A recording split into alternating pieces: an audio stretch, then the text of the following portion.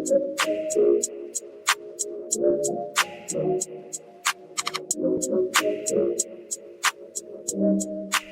daughter. I heard being the eldest daughter. I'm the last one from my mum. Oh, lucky. Yeah. No, but I feel like one of the oldest because I'm the only girl as well. Yeah. But what's it like? No, it's not easy. Like the pressure alone, it's almost like being like a second parent. Yeah. You almost naturally feel responsible for like your younger siblings. I don't know, and I think it just comes naturally to me to always want to like nurture and take care of like my younger ones, like my siblings, and just the pressure of like wanting to do well. I feel like I'm quite ambitious anyway, but having that added pressure of like they're watching you, being the oldest sibling. When he first shipped us over here, I not say shit. I hated it. Like I cried so much. I just really didn't want to come. I didn't feel like I would fit in. But now looking back, I always tell him like it's one of the best decisions he's made for us. I feel like we've made like so many good connections, good friendships, and like it's almost like we have the best of both worlds.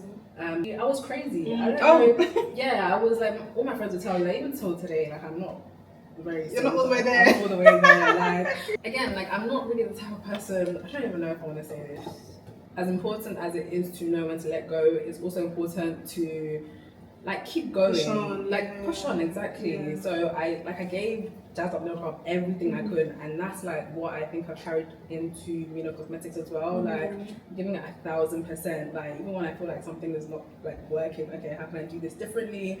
My main thing is more growth spiritually, and I think with that everything else will follow, even if it's not like exactly to how I planned it. As long as it's God's will, I'm okay with it.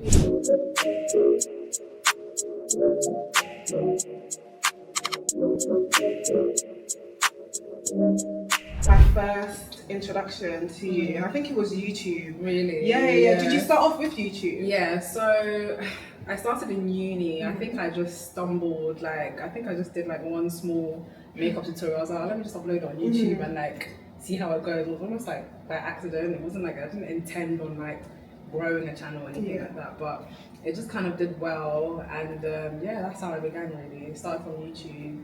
We're going to talk about the journey and everything. So we're here in hot Ghana. I know. And hot Ghana. So were you born in Ghana or were you born in London? No, so I was born in London. I was born in Croydon. I actually did I don't know if you've seen on TikTok recently, a get to know me. I was just explaining I was born in London, so I lived there until I was about 8, and then I moved to Ghana, and then I lived in Ghana for most of my primary years, and then into secondary, and then what was I on? And I did uni in England basically. So 8 years old up until 18, and then back to England. And now I've just been like back and forth between England and Ghana. So what do you remember from when you were young till 8 before you moved to Ghana? What do you remember about like your childhood and how younger Jazz was? Younger Jazz. I just always remember my mum always told me like I was a bit of a recluse. Like I just was always like by myself. I was always a bit of a loner. I feel like I've kind of like continued that kind of, that's been my persona like growing up. I'm still kind of like that. I love being by myself. I enjoy solitude. I've just always been like a bit of a loner. What do I remember about my childhood? I feel like I remember like I didn't really have. I obviously had friends growing up because I spent only 8 years in England. There was only so much of a childhood that I spent in England. But most of it I remember in like GIS, so that's like the school that I went to after, like when I moved to Ghana. But you have siblings, right? Do you have a brother? Yeah. And a sister? I have a half brother and 2 siblings and one half brother. Okay. Brother, one sister. So when you were growing up with, what other siblings did you have? Was it just you and your sister? It was just me, my brother and my sister. Okay. So, my half brother I never lived with. But, he lives in England. But my other 2 siblings, we've always lived together from England to Ghana. Are you the oldest? Yes. Really? You're saying yes? No, because the eldest daughter. I heard being the eldest daughter. I'm the last one from my mum. Oh, lucky. Yeah. No, but I feel like one of the oldest because I'm the only girl as well. Okay. Yeah. But what's it like? No, it's not easy. Like the pressure alone, it's almost like being like a second parent. Yeah. You almost naturally feel responsible for like your younger siblings. I don't know, and I think it just comes naturally to me to always want to like nurture and take care of like my younger ones, like my siblings, and just the pressure of like wanting to do well. I feel like I'm quite ambitious anyway, but having that added pressure of like, it's like they're watching you, being the oldest sibling. It's not easy, but my God's grace. You're doing well. You're doing well. You're doing well. Thank you. So you mentioned the school you went to, GIS. That school was a very popular international school. It was. What was it like being there? I had fun. Like, I miss GIS. I feel like me and my friends always talk about how much we miss GIS, like secondary school days. But in saying that, it also wasn't easy. Like, I feel like there was a lot of bullying. Really? I feel like I had like my first few, I don't feel like I did. I had my first few experiences with heartbreak in school, in GIS. So as much as I have like really fun memories, I also have really not so nice ones. But in all, I feel like just generally, I feel like everyone's high school experience is just everyone wants to go back to high school because you have no worries. You know what I mean? Those 5 years in secondary school, I keep saying it. I would love to. It was a movie, but it's like the things we went through back then. It's not normal to go through at that age. At that age, when you really deep here. It's really not. No, but I enjoyed GIS. Like, I feel like my best friends now.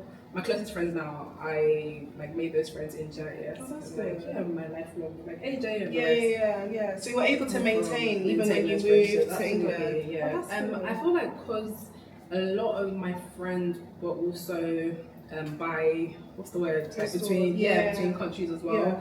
So one of my best friends, Jane, for example, she was born in England as well. So when I'm in Ghana, she's in Ghana. When I'm in England, she's in England. Kind of thing. So it's kind of worked out in that sense.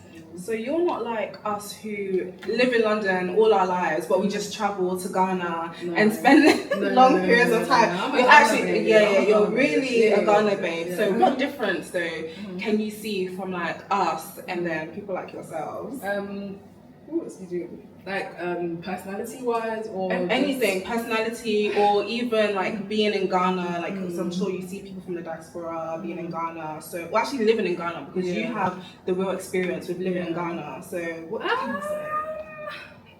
Is there even a difference? Let me think. There's a difference.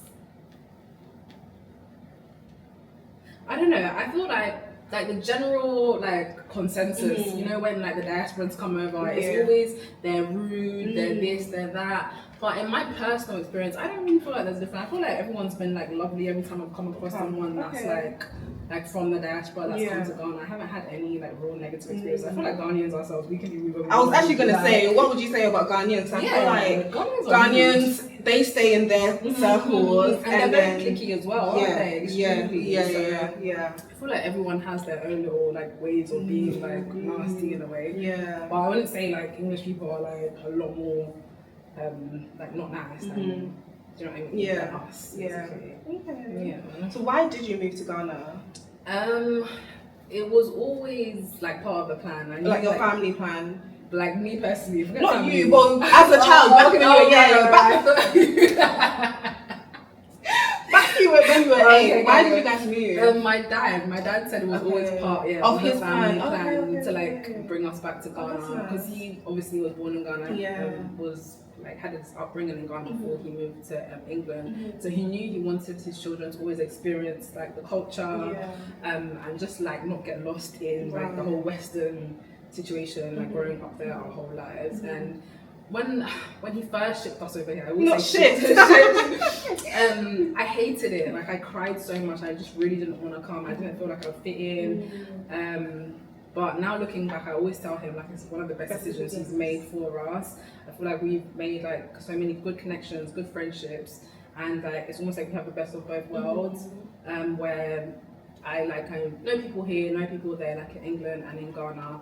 And I think I just have the best of both worlds. Yeah. I'm glad that he made that move for us. That's good, because I always say to my parents, like, you guys should have, now they live in Ghana, I'm like, you guys should have actually just shipped us as well. I feel like you've done well to like at least come, because I've been coming every year since I was a child anyway, and I think I started coming by myself over 10 years ago. I think you've got a good footing. I guess So yeah. So Jasmine in secondary school, I know you said when you were younger you were to yourself, and that's continued.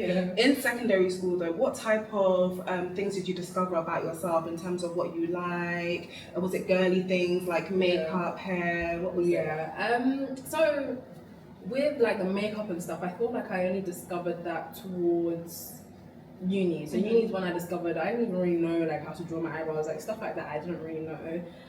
Secondary school, I don't know. Jasmine was just very. I was crazy. I don't know. Yeah, I was like all my friends would tell me, like, even till today, like I'm not very. You're not all the way there. I'm not all the way there. Like, but only certain people would see that side of me. But in school, like I was just carefree. Like I just didn't give like 2 Fs. But the girly side of me started to show more definitely in uni. It was one of my friends, Debbie. She showed me. It was like, oh, that's how you do like eyebrow concealer.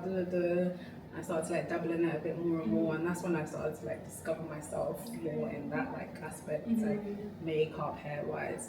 Started to buy wigs, weaves. Do you know what I mean? What uni did you go to? I did undergrad in Kent. Okay. Which one? Medway. Okay, I went to Canterbury. Oh, really? I went to. What did you study in? I did criminal justice and criminology.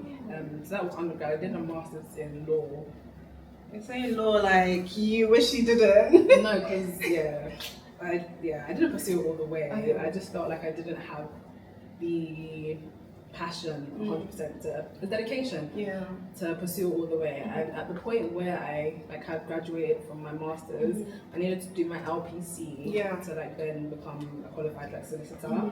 But at that point it would have been self-funded, so I had to make a really like tough decision. Like, do I really want to put like all this money into this thing that I'm not like not sure about exactly. And it was around the time that I was deciding like if I should move back to Ghana. Like my life was up and down. So many things going on. So many things, like so many choices I had to make. But like I can't be mad like at the path my life has taken. I can only like thank God and trust God. You know what I mean? Of course. You mentioned the decision your family, your parents made to come to Ghana, and you also said for yourself, you knew that it was part of your plan to come to Ghana. But why is that? Because being in the UK, there's more opportunity. Not actually, it depends. It's subjective, but it can be a bit of a safety blanket in the UK. You can just get like a random job that isn't part of your qualifications, and you know that at the end of the month this is what you're earning. Exactly. So why did you decide in my 20s I want to go to Ghana? I think like I said, I always knew that I wanted to move to Ghana at some point.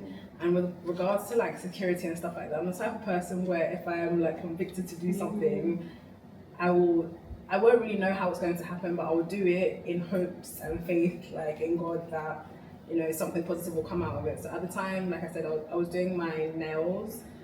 So I started a brand during COVID, Jazzed Up Nail Craft, and so I carried on in Ghana. So that was giving me like a money here and there.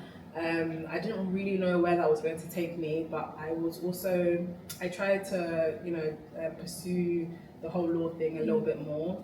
So I came and I did a bit of like pro bono work with the Attorney General's office for about a month, and I decided it just wasn't for me. I was spending more money than anything because it wasn't paid. I was burning money on fuel. So after a month, I decided to stop that. I was still carrying on with like the whole nail thing. The thing with the nail thing was because it was during COVID that I started, right? And no one could go to the nail shops to. Sis, your nails don't have to be looking like trash during quarantine, as in it's not an option anymore. There's literally no excuse. Nails, hair, hips, heels, ass, fat, lips, real, purse, full, big bills, bitch, I'm a big deal. Do their nails. So press-on nails were like, do you know what I mean? So but after lockdown and like everyone went back to like nail shops and stuff like that, it wasn't doing as well. So I was like, okay, right, I need to find something else. So it was really like trial and error. I can't lie to you. Like I can't lie and say like I had like a solid plan. I didn't. You just go with the flow. Go with the flow and really hoping that like something would come of everything. And then long story short, down the line, I started up my other business, and that's like been flying. So okay, so now we're on the subject of business. where did the idea come from to start the first one, Jazzed Up Nails? Where did the idea come from? So I always knew that I wanted to be like in the cosmetics like industry, and my auntie has a hair salon. So when I'm in England, I live in Birmingham, and that's where my auntie's salon is. So around just before COVID, I started like working there. So I actually went and got a certificate to become a qualified nail tech. So that was what I was doing in her shop for a while. And then lockdown happened. So, and again, like I'm not really the type of person, I don't even know if I want to say this. I would rather not have to work on people. Oh, okay. If that makes sense. So me doing like the nails in the shop, when lockdown happened and I had the option to then do like press on nails, or I could do it from the house. Right. I took the opportunity. I was like, yes. So you were actually doing acrylic nails on people? My auntie's like salon, so I went from that to press on nails, and I just carried on because we were doing well. Like there's no need to go back to the shop. So that's how the press on business started. I was doing well until, like I said, lockdown finished and everyone went back to the nail shops. So with that business, what are some of the challenges you face, like back in the UK and also back in Ghana? I think the main thing, like I said, was maybe finding like customers who would like need that type of service at the time. It was in the beginning, it was all good, but down the line it didn't seem feasible, as feasible as it was in the beginning. So I think that was my biggest challenge. And after a while, I just realized, okay, we need to drop this. A point you need to realize when to like let things go. So that's something you're good at then, knowing when to move on. Because some people, they want to hold on to certain things. Absolutely. I think if something is not working, I think just like have faith in knowing that, okay, this might be the end of something, but also the beginning of like something new. So it's like it's not all bad. And I just knew that something else will come. Do you know what I mean? I'm not going to like sit around and do nothing. So from your nail business, what lessons did you take from that business into your new business that is doing really well right now? I think persistence, if anything. Even as much as I say like I knew when to let go, I think I also gave it as much as I could. Like as important as it is to know when to let go, it's also important to like keep going, push on exactly. So I gave Jazzed Up Nail Club everything I could, and that's like what I think I carried into Meeno Cosmetics as well. Like giving it 1,000%. Like even when I feel like something is not like working, okay, how can I do this differently to make it work? Do you know what I mean? What was the story behind that business? Because you did say you want to be in the cosmetic business, but in the cosmetic industry, there's thousands of ideas. So why did you why making products? Are you someone who went through some of the, I guess, problems that you're solving with your business? So I feel like I've always been very entrepreneurial. So I just always knew like I want to like sell a product, and again, like I said, cosmetics industry, I always wanted to be in that like area. So with Meeno Cosmetics, I have trichotillomania, so it's like a form of hair loss where like you pull out your eyelashes, and I've dealt with this like from like 8 years old. I'm still dealing with it now, but it's a form of traction alopecia, more or less. And so I did like a bit of research as to like what it was, how I can like help my like hair grow back like quicker, because it was always a massive insecurity for me. Like in GIS, I always used to like color in my eyebrows and like put in like eyeliner to like fill in like all the gaps in my eyes. It was a huge insecurity for me. So then, like I said, I did a lot of research just to see like what's on the market, what can help me, and I just found that there was a lot of like chemical-based products, like nothing that's like 100% safe. Looking at like the ingredients and stuff that was like on the market, like the ones you see in the stores. Exactly. I don't know if you've heard of like minoxidil. That's like a topical treatment for like hair loss, but side effects are nasty. So I was like, okay, what can I create that has the same effect or even better, but with natural ingredients? And that's how Meeno Cosmetics started. So I actually started with the hair growth oil. And that's just like a blend of like Ayurvedic herbs from India. I was like, okay, how can I put these together for like you know, maximum, you know, effect or whatever. And yeah, that's how Meeno Cosmetics was birthed. Wow. So when was that? So I'm officially about to make my first ever batch of hair growth oil. I'm really excited. So wish me luck, guys. We are about to start this business.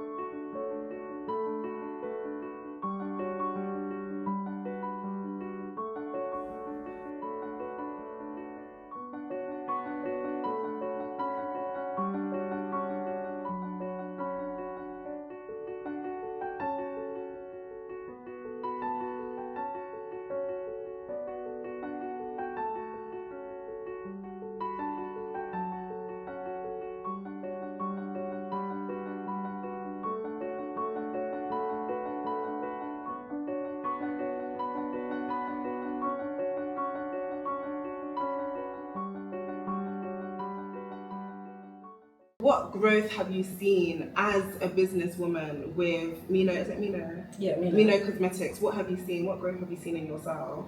I think I've just become a lot more disciplined because it's needed. Oh gosh, I feel like with the vision that I have for the brand, like I have no other choice but to be disciplined. Right. I'm just a lot more hard on myself because I'm just like, you need to achieve this goal. The only way you're going to achieve it is if you hold yourself accountable and get this and this and this done by this and this deadline. Like it's a must.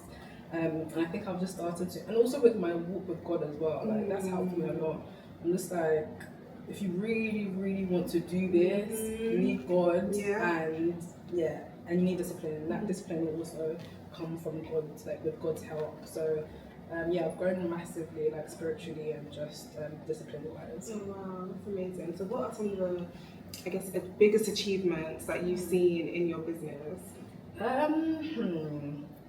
I'd say when, I don't know, for example, when I did a car goods market last Wednesday, and it's like people coming up to the store and I'm like getting ready to like explain what the business is like and what we do, and they're like, oh really? I'm coming for this. I'm like, oh my gosh, like how is this even possible that I've built a business to like the point where like all these people know about the brand? Like I built this from zero up. Like, so I think that like last Wednesday I was like, wow, this is something to be like proud of, and I feel like I don't really pat myself on the back. You should a lot, but last Wednesday I was actually like, okay, Jazz, like this is a big deal. But yeah, I think there's a lot to be like grateful for. Yeah. Sure. You said you have big plans for the business. Obviously not going into too much detail, but where do you see it going? Where do you want Meeno Cosmetics to be in, I'm not going to say in the next 5 years, but just in general, like where do you see it going? Definitely in retail stores. Retail stores is like standard, and I'm not talking like, I mean around the world, like, do you know what I mean? Globally, retail stores, drug stores, stuff like that. So I'm just, I don't know, bit by bit, I'm like putting things in place to, God willing, make that happen. But yeah, that is like the big picture. And for Accra Goods Market, how does that work? Like getting a store, is it stores? Yeah, how does that work? Oh, it's really easy. So it's just, the information's on like their Instagram. So you literally just click on, they have like a little web form to fill out with all the information, you pay, and that's more or less it. Yeah. Do you want to do more of those then? 100%. That was my second one. So my first one was last year, around the same time. I actually wanted to do this year in March, so around Independence Day they do one, but I signed up a little bit too late, so I did it in May. But yeah, I think even December they have one, and that's a really good time because you know the influx of people. Of course, but not just for Accra Goods Market, like any other, like even in even in London when pop-ups come around. I'm like looking to do some in London this year, so fingers crossed that'll happen. Love Exactly. Let's go back to the content. So you said in the beginning you did a video and decided to post it on YouTube, but you could have actually posted that video on like Facebook. So why was it YouTube? Because I was addicted to Facebook. I mean, not Facebook, sorry, YouTube. Like I was watching the Patron. I don't remember the Patron. Back in uni days. Exactly. Who else? Beauty by JJ. I was like, do you know what I mean? I saw all these other people doing it. I was like, okay, let me just put it out there and see what will happen. And like the reception was really good, like surprisingly. I was like, oh my gosh, these people, like, where are they coming from even? So yeah, that was like why I made the decision to do it. And then you continued based on the feedback? Based on the feedback. Only, but do you think if the feedback wasn't so great, you would have continued to post? Probably, because I enjoyed makeup so much. Like I was really enjoying it, like trying and like experimenting with different looks. I think the feedback was just like an added like bonus where like, okay, like people are actually really enjoying it. But I feel like regardless of that, I probably would have still continued because I really genuinely just enjoy content creation. That's good. But now you've moved on from, I guess, long form content to short form content. Why is that? I know the biggest reason is like everything is popping on TikTok right now. But for you personally, why did you make the decision to, I guess, transition or pivot into other social media channels? At the time when I decided to like pause on YouTube, I think I honestly just got bored of the type of content that I was producing. I felt like I was growing out of it. I was getting tired of the what was I even doing? Like my vlogs were getting boring to me. I wasn't enjoying them as much. Like the chit chat videos, I wasn't enjoying as much. And I felt like just as a person, I was growing. So I needed to like just figure myself out and then come back to content creation. So it wasn't just YouTube that I stopped. Like even Instagram, I stopped posting for a really long time. I changed my name altogether, so it used to be All That Jaz. Yes, It was just juvenile to me. It wasn't All That Jaz. Like, I'm like, do you know what I mean? I'm my grown up, I mean? So I just changed it to what my name actually is, which is Jasmine, and figured myself out, and Okay, so far TikTok.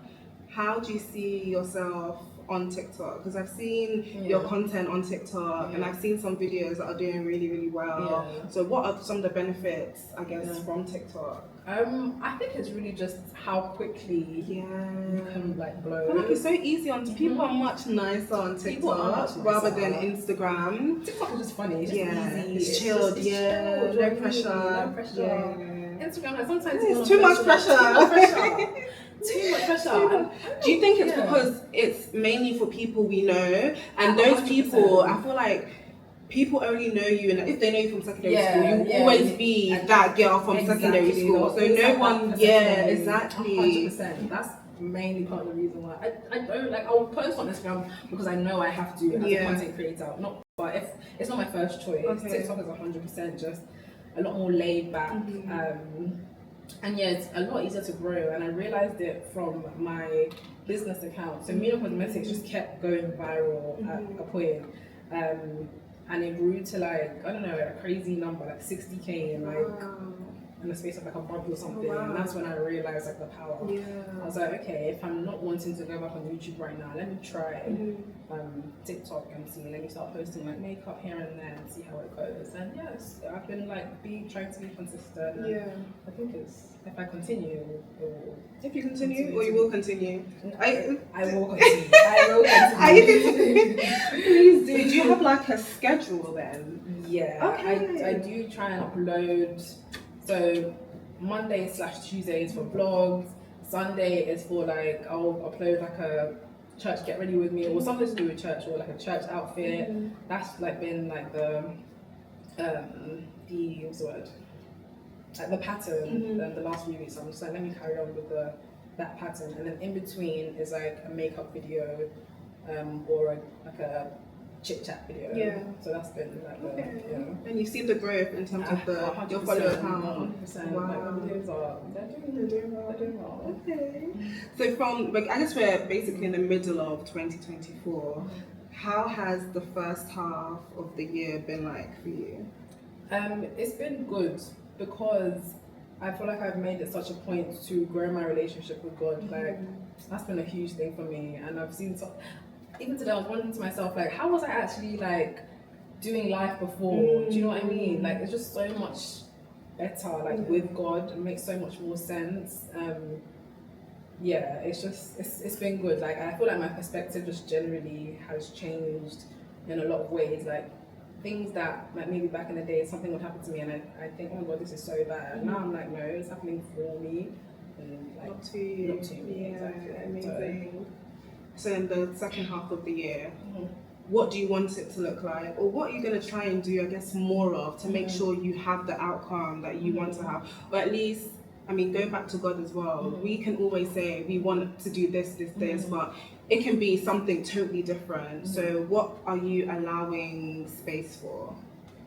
I think my main thing is more growth spiritually, and I think with that everything else will follow, even if it's not like exactly to how I planned it. As long as it's God's will, I'm okay with it. Do you know what I mean? So my main thing is just to like continue, like diligently trying to like be intentional with my growth. Like I'm happy with where I am now, but I know I could do way better with my growth with God. So that's like my main thing. And like I said, everything else will follow. I have like obviously a lot of goals with Meeno Cosmetics, and just generally like with life. But that's the number one thing. Everything else will follow. Yeah.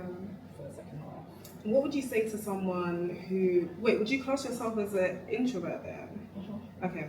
So what would you say? What would you say to someone who's an introvert but they have, I guess, ideas and they're scared to show themselves on social media? Because I commend anyone that can get on social media, because it's not easy. It's not easy at all. And I feel like you've had your phases where you've taken a break, you've, I guess, come back, you've rediscovered yourself, and then you've come back. So what would you say to someone who has the desire to do it, but they don't know where to start, or maybe, I guess, they're focusing on their career, but it's not going to plan, but they know that this is the way they want to pivot, but again, they don't know how to. So what advice would you give to those people? I'd say, and I got this from Patricia Bright, feel the fear and do it anyway. That's like, listen, one of my favorite quotes. So when you post, do you turn your phone off? I don't. Okay. Like, I feel like I've gone past that. Right, like, maybe like back in the day, but now I actually just don't care. Like I honestly don't. Because are you God? Right. Like, do you know what I mean? And also what I've realized is no one actually cares the way we think they do. Do you think so? I don't think they do. I feel like we all have this like main character syndrome where we feel like everyone's watching you, everyone has their own ish going on. Like too much going on in their lives to be focusing. Like if anything, okay, maybe they'll like pass a comment for like 2.5 seconds and then it's done. It's really not that deep. So to anyone who has, post that content. Post the content. I'm saying this to myself as well. Post the content. No, honestly, no one like. And for like maybe one person who might have a negative comment, there's going to be 10 other people who have like something positive to say. So do it. Yeah. And like you're probably helping someone else who might have like that, you know, a bit of a hold that they might look up to you and think, oh, Cathryn's doing it, I'm going to do it. Like, and that's so positive. Yeah. I think one thing that's helped me is I used to think, am I going to allow what I think people think to stop me from doing, like even saying it, I can't even finish it because it's so bizarre, like it's scary, but it can be scary at the same time though, because again, you're putting yourself out there and you don't know whose phone is going to land on. But like you said, if it's positive, if the reason why you're doing it is for like a positive outcome, then just do it. Don't think too much about it as well. Like naturally, I'm an overthinker. I don't know about you or me, I can overthink. But another thing that I've been implementing more of is just limiting the space between thinking and doing. Just basically, if I think about something, just before just do it. Just do it. Yeah, because if you wait and say even that tomorrow that you're waiting, you'll just it's true. No, just do it. Yeah. I think there's a lot more good that will come out of doing it and like overcoming the fear than like staying back and not doing it. Yeah. And I want to circle back to when you decided to move on from something. I'm sure obviously you have conversations with God about the decision you're about to make. Is there anyone else you confide in, like friends, families, your siblings, or or do you journal? How do you usually deal with that process? I do. So I think my mum is my main like confidant. Yeah. I trust her judgment so much. I feel like so many times that like I maybe haven't listened to mum and then like the thing that she had said will happen is actually what happened. So she's always been part of the journey. Like even with Meeno Cosmetics, at first, I don't know, I keep to myself a lot. I don't like to share too much. So even with my mum, it took me a long time to come to a place where sharing with her was easy. So with Meeno Cosmetics took me a long time. So finally I sat down with her. She even came up with a name, Meeno. So yeah, with a lot of decision making, 100%, and mum, God obviously, and my mum, and she's also really religious as well. So she just pushes me like in the right direction of everything that I'm confused about. Oh, that's good. And you said it wasn't always that way. No, it wasn't. So did it come with, I guess, your confidence to speak to her about certain things? Did that come with your walk with God, or just because, you know, sometimes when we're younger, we're not, well, for some people, you may not be as close to your parents, but when you become old enough and you understand, I guess, some of the things that they've been through, some of the life choices that they've made, then you're able to actually, I guess, humble yourself and be able to be compassionate towards them. So was that the situation 100%. for you? I feel like growth just came with a lot of understanding for my mom. And grace, Exactly, and grace. So I don't know, I grew up a very angry oldest child, you know. Really? I was always angry to myself, no one should bother me, no one should leave me alone. As I'm growing older, I'm now like growing out of that kind of like behavior and mentality, and that's also helped me to draw closer to my mom. And like I said, grace as well, understanding maybe why, you know, she was more or less a single mom, you know, raising 3 children. So coming to understand like maybe some of her behaviors, why she was the way she was, definitely helped our relationship. That's good. Do you have any final thoughts? It could be about anything, I guess, the business or more advice to someone else watching in. Anything at all that you want to share? I would say follow your dreams. Anyone who's watching this and like has like any doubts about pursuing something that's like been on their heart, and like use me like maybe as a testament. I'm the type of person that this can be good and it can be bad. Sometimes I'm very impulsive. Like if something's on my heart and I want to do it, I'll follow it all the way through and just like remain 100% persistent and dedicated and involve God in everything that you're doing, every step of the way, and you can't go wrong. So yeah, follow your dreams. Follow your dreams, guys. I love that. So graceful. Oh, thank you. I love that. No, you're doing really well. You're doing so really, much. really well. Because I remember all the jazz, That Jaz days. I think the video that stuck out for me was when people started going to Ghana more. So you decided to do like a starter pack video of, I don't know, was it like places to go, things to pack, plane ticket you will buy, everything, music, How did that? Was it a series then? Yeah, basically, because I felt like I was, like I said, you know how like I had the best of exactly. So I felt like I was the right person to kind of be able to like bridge that gap. And anyone like diaspora who wanted to go back to Ghana, like I'm your go-to person to give that info. So yeah, that's how it started. So I was doing like every like leading up to December, you know, when the hype starts. So I just started dropping videos, you know. But yeah, my YouTube days. YouTube days. When did you stop YouTube? Oh, it's been probably like 3 years now. Oh, really? It's been a while. I'll be coming back, guys. Oh, I will come back. You'll come back. You'll be back. You'll be back. Oh, lovely. Oh, that's the chit chat. Oh, Thank you, girl. You're welcome. Thank you for coming on this. So